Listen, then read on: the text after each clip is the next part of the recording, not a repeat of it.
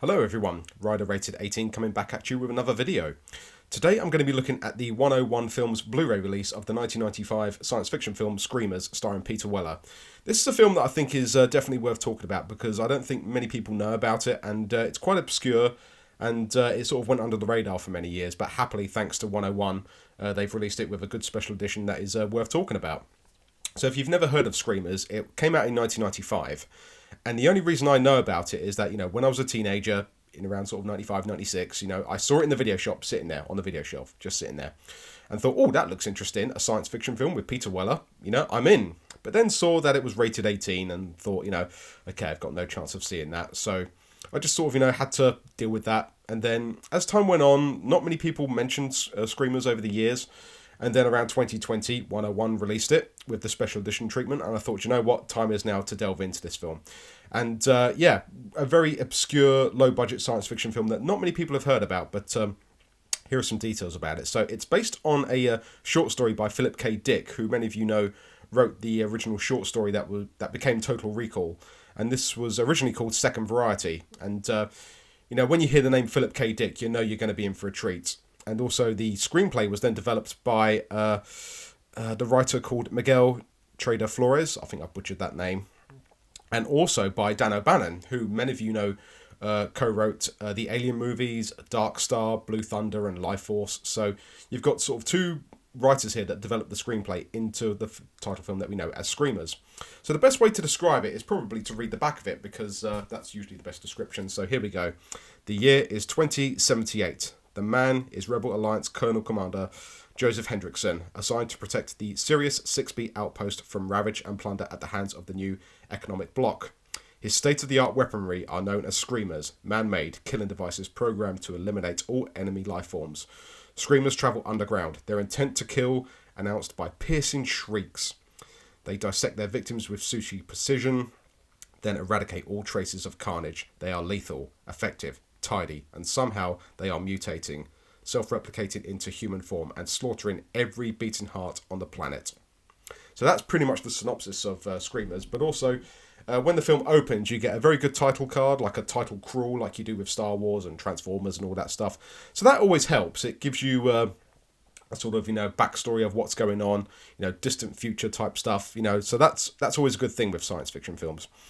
Yeah, so after the title crawl, there's you pretty much go on this journey with Peter Weller, this colonel, trying to find out, what is happening with these Screamers, why are they developing, why are they evolving. And considering the budget of this was only like a $20 million film, which, by today's standards is absolute trump change, but they really make the best of it because this was filmed in Canada.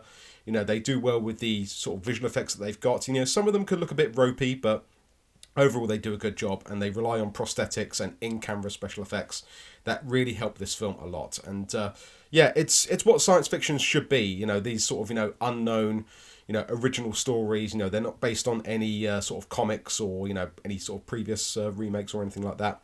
But yeah, that's pretty much the synopsis of Screamers. But in terms of the special edition itself, this is from the 101 Black Label. Now, they've been very good recently with these releases with white spines and spine numbers, and they've got a whole range of films very similar to like Indicator and Criterion and Arrow. It's come under that label, and this is known as spine number 13. So with the bonus features that are on here, we've got a 20-minute interview with the director Christian Duguay. I think I've butchered that name as well, I apologise. And he goes into a lot of details about how he got involved with the project. And then there is a 23-minute interview with producer Tom Berry. Very informative, and it's always very good. And also there's an 11-minute interview with the screenwriter who I just mentioned, Miguel Trader Flores. And there's also an 18-minute interview with Jennifer Rubin, who was the supporting actress in this film. So sadly, there's nothing with Peter Weller, but, at least we've got, some writers and producers as bonus features on here. Now, while I was looking at the credits of these bonus features, I kept on seeing the Shout Factory name crop up. So I'm guessing a lot of these bonus features were previously on a Shout Factory release in the United States. So I'm guessing that's been ported over to this 101 Films release here in the UK. So if you've already got the Shout Factory Blu-ray, you've probably already seen these bonus features. So that's worth pointing out.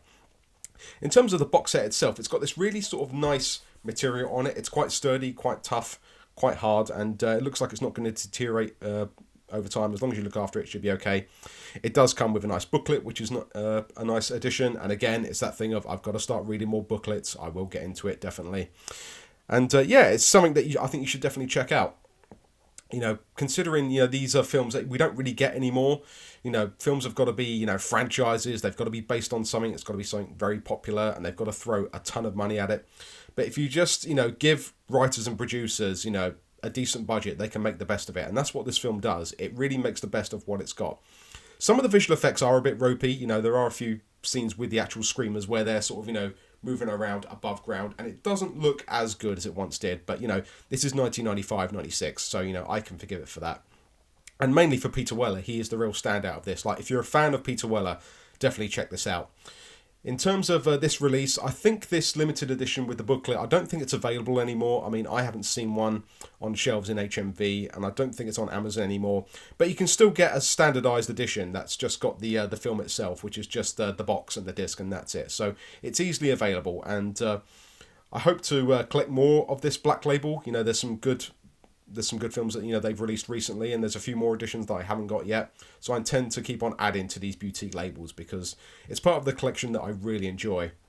Not just 101, but as I mentioned before, Indicator and Arrow and Criterion, BFI, Signal 1, Second Sight, Final Cut. There's so many different labels out there that have now got identical spines where they want to release as many films as possible by giving them the best release with as many bonus features as they can muster, and give us a good experience. And as I said, if you can find this, it's probably going to be quite affordable. I mean, the standard release is probably going to be about $14.99, which is very reasonable. So it's not going to cost you an arm and a leg like some of the big 4Ks that we get in now. So yeah, that's my take on Screamers from 101 Black Label. And again, thank you for all the positive responses from the previous videos, and I'm hoping to do more of these. And I'll see what I can do in the meantime. So yeah, for now, take care. Thank you for watching, and I'll see you next time.